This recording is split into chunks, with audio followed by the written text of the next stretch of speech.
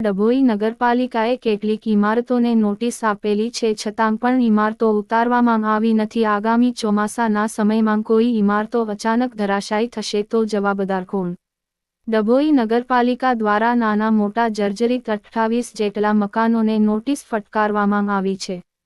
ડભોઈ નગરપાલિકા વિસ્તારમાં આવેલા કેટલાક જર્જરિત મકાન ઉતારી લેવા માટે નોટિસ આપી છે, પણ હજુ સુધી મકાન માલિકો મકાનો ઉતારવામાં આવ્યા નથી, જેને લઈને હાલ ચોમાસાની શરૂઆત થઈ ગઈ છે. જો મકાન મેઇન રોડ પર હોય, વરસાદના કારણે જો કોઈ મકાન પડ્યું, મોટી જાનહાનિ થઈ શકે છે. ડભોઈ નગરપાલિકાના સત્તાધીશો વહેલી તકે જર્જરિત મકાનો ઉતારી લે તો કોઈ હોનારત થતાં પહેલા તેને ઉતારી લેવામાં આવે તો સારું. જો ડભોઈ નગરપાલિકા વિસ્તારમાં હજુ પણ જેટલા નાના મોટા જર્જરિત હાલતના મકાનો જોવા મળી રહ્યા છે. ડભોઈ નગરપાલિકા 28 જેટલા લોકોને નોટિસ ફટકારી છે, કેટલીક જગ્યા મેઇન બજારમાં અને કેટલીક જગ્યા મેઇન રોડ પર. જો હાલ ચોમાસાની શરૂઆત થઈ ચૂકી છે, ચોમાસા દરમિયાન જો કોઈ મકાન ધરાશાયી થશે તો મોટી જાનહાનિ થાય, તેના પહેલા ડભોઈ નગરપાલિકાના સત્તાધીશો આવા જર્જરિત મકાન ઉતારવા માટે નોટિસ આપવામાં આવી છે. વહેલી તકે એવા મકાનો ઉતારી લેવામાં આવે તો મોટી દુર્ઘટનાઓ થતા અટકી શકે નહીં. તો પછી ચોમાસા દરમિયાન મેઇન રોડ 2 થી 3 મજલી જૂની બિલ્ડિંગો હોય એને ઉતારી લેવામાં આવે તેવી લોકોની માંગ ઉઠવા પામી છે.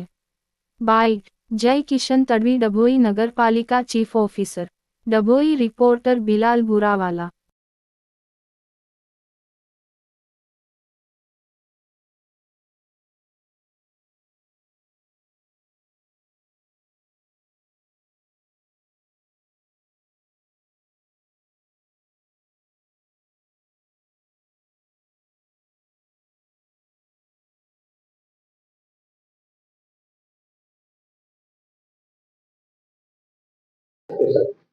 ડભોઈ નગરપાલિકા દ્વારા ડભોઈ નગરપાલિકા વિસ્તારમાં લગભગ 28 જેટલા જર્જરિત મકાનોને ઉતારી લેવા માટેની નગરપાલિકા દ્વારા નોટિસ આપવામાં આવે છે.